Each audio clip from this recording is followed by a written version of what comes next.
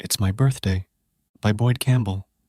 Hints of blue leak into the misty black sky, like watching watercolor paints slowly meld into one another on wet paper. It's 5 a.m. Feist Dog says it's time to get up. It's been over 2 weeks since I took pen in hand because of him. A muse is nothing if not unreliable. I can write productively without him, but it's an entirely different experience with him. Billy Joel sings from my little round speaker. I must be melancholy. It's my birthday. I'm now a whole year older than my father ever was. That's a very peculiar milestone, and one I never thought I'd reach or want. At the time, I thought his life had been so long and full of experience that it wasn't terrible he died when he did. Now I realize he was just getting started. Daddy lived 10 years longer than my brother Jimmy, who was named for him. Jimmy went for his checkup one day, and George Patton found a tumor the size of a baseball in Jimmy's lung. I woke up to a message that Stanley Taub died last week. When I was in junior high school, Stanley talked my brother into robbing a gas station because the Beatles said it would be okay. Jimmy had been hearing voices for over a year by then. He would have believed anything you said about the Beatles. They're burying Stanley in Beth Israel Cemetery, abutting the campus of Millsaps College on my birthday, about 200 meters from the gas station, where he ended whatever chance my brother had at a normal life. I'm sure somebody will point out that Stanley had mental problems too, and I'm sure he did. But right now, me and Feist Dog are testing the utter limits of our ability to forgive. I used to know a girl who wanted me to stay up all night, telling her stories in Beth Israel Cemetery. I would have done anything she wanted. I would have done anything if only she could have lived longer than me. Good morning, Mississippi. It's 5 a.m. time for Farm Report. Pet Parade at 6. I can hear Jim Neal's voice in my head. I wish I'd recorded it. If I had, my computer could play his voice to wake me up for the rest of my life. In the days when I listened to him, I knew I'd one day have a computer of my own, but I did not know its capabilities. I also thought it'd be a lot larger with more blinky lights. In the year before Daddy died, he married off 2 of his children and was roasted by his best friends to raise money. Brumday's secretary gave him the wrong speech. So instead of roasting Daddy, he told the tale of their friendship that stretched from Ole Miss to the Trustmark boardroom to Bob Heron's side when a man kidnapped Annie Laurie. I've been through a lot with my friends, but I never had to sit with anybody while the police combed Mississippi for their wife's body. That year, I competed in 12 regattas with a curiously aggressive Cajun named Boudreaux. We won 9 of them and lost 3. One, we lost because we sailed into a dead zone. In a sailboat, once you're in a dead zone, there's nothing to be done but wait for the wind to return. Another, we lost because Boudreaux sailed us into such active wind that it broke the guy wire on the mast, and we had to paddle home with a broken mast. We lost the 3rd race because lightning struck the new mast. The electrical charge traveled down the guy wires where Boudreaux had his left hand. Checking to make sure his heart was beating, I headed for home. I insisted that somebody check him over, but he refused despite still shivering. For a while, my sister's wedding was the most populated event Jackson had ever seen. My sister collects people. I'm not sure who has the record now, but if they get much bigger, they'll have to start having weddings in Vaught Hemingway. Her friend list on Facebook is more populated than most towns in Mississippi. Her intended was worse.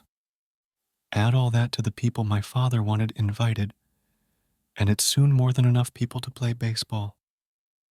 Brumday insisted on throwing the announcement party for Martha and Jay at his new home in Eastover. Cecil B. DeMille could have organized his parties. Just the wine list read like tribute to Pharaoh. My job was to pick up my grandmother at St. Catherine's and take her to the party.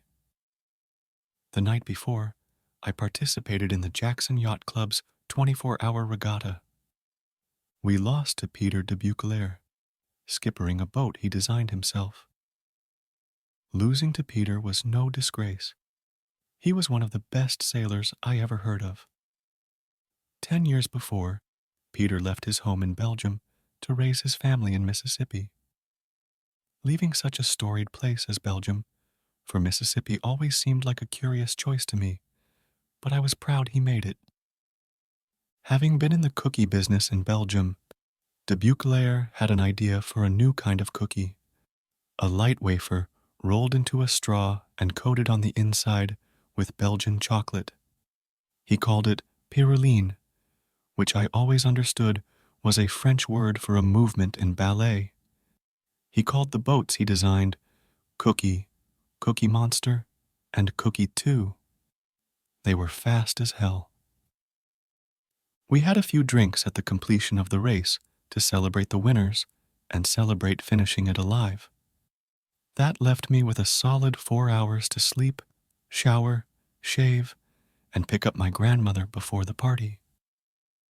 I managed to get clean and get dressed, but when I decided to sit on the sofa and get another 20 minutes of sleep without something to wake me up, it stretched to 2 hours, and I was very, very late picking her up. If I had Alexa, then she could have woken me up after 20 minutes. Life is never what you think it'll be, but life is good. My brother was a much better artist than me and a much better writer. He lost his mind along the way, and people took advantage of that. In my mind, the person he was remained trapped inside the person he became. I never again saw my brother the way he was, and could never accept what he became. He lived, though. He continued trying to create, and even though it wasn't nearly what it was before, it continued. I always hoped that meant the man he was before was trying to find his way out through his art. It never happened that way, though. The Resolution Trust Corporation and the battles for control of my father's creations made his death a bitter, bitter memory. One afternoon, I sat with the man building a coalition to take my father's job, trying to win me over. He said he was trying to figure out ways to get some real money out of this old business. I thought about how my father taught me, just as my teacher said, that a corporation's job was to build shareholder wealth. Daddy said there were 2 ways to do it. One was to pay out as large a dividend as possible. The other was to build the company as much as possible. Both increase shareholder wealth, but building up the company creates wealth for the entire community, not just the shareholders. A few years before, the Clarion Ledger published a half-page article entitled Misco Succeeds at Growing. Between Misco, Millsaps, Entergy, Trustmark, Bell South, St. Dominic's, St. Catherine's, and even the downtown YMCA, my father had a reputation for making things grow. This new guy had the idea to sell off entire divisions of Misco, pay off our debts, and then live fat off the cash forever. Somehow he thought that'd win me over. Within days of that conversation, I began asking for an exit strategy and a deal where those who wanted to sell off everything my father spent his life creating could buy me out first. Buying me out kept my fingers from tightening around their neck, which would have otherwise been the next step. One day, when I was still very, very sick and didn't know if I'd ever make it back out in the world again, my sister came to see me and said that the man who once told me he wanted to figure out a way to make some real money out of my father's business decided he no longer wanted to provide the $1 million bond to keep it open and would close the last vestige of Daddy's life's work by the end of the year. There have been times when I thought I really should just give up and die. Everything I've ever tried to do was so difficult and challenging, and nothing lasts anyway. So many people had already died. I would have welcomed death easily, but somewhere deep inside me, Feistdog said, "Wait, what? Dude, get off your ass, get up and go to work." And I did. One of my biggest problems has always been that I couldn't just coast on being a rich kid. I hated that. I knew so many people who did that, and so many people who wanted to do that. I had a genuine need to be actually good at something, not passable, but very well connected, like what my father wanted for me. I needed something where the entire world could say it was uniquely mine, and I was indeed good at it. That's the Campbell curse. We can either be really good at something, no matter the odds, or die. There is no middle ground, no easy road. Naming a child after somebody known for being really good at something sounds like such a great thing, but it's actually a pretty horrible life. It took me almost 60 years to figure out a way to say, "I'm not that Boyd Campbell," and have it actually mean something. There have been so many times when I could have died without anyone ever knowing what I was actually good at. Somewhere inside me, a little imaginary dog, a gift from a man on the radio, kept tugging me into the sunlight. The whole sky is blue now, blue like a robin's egg. Feistdog is asleep at my feet, and I have to edit all this. I might watch church on TV today. I'm crying, but I'm happy. It's my birthday.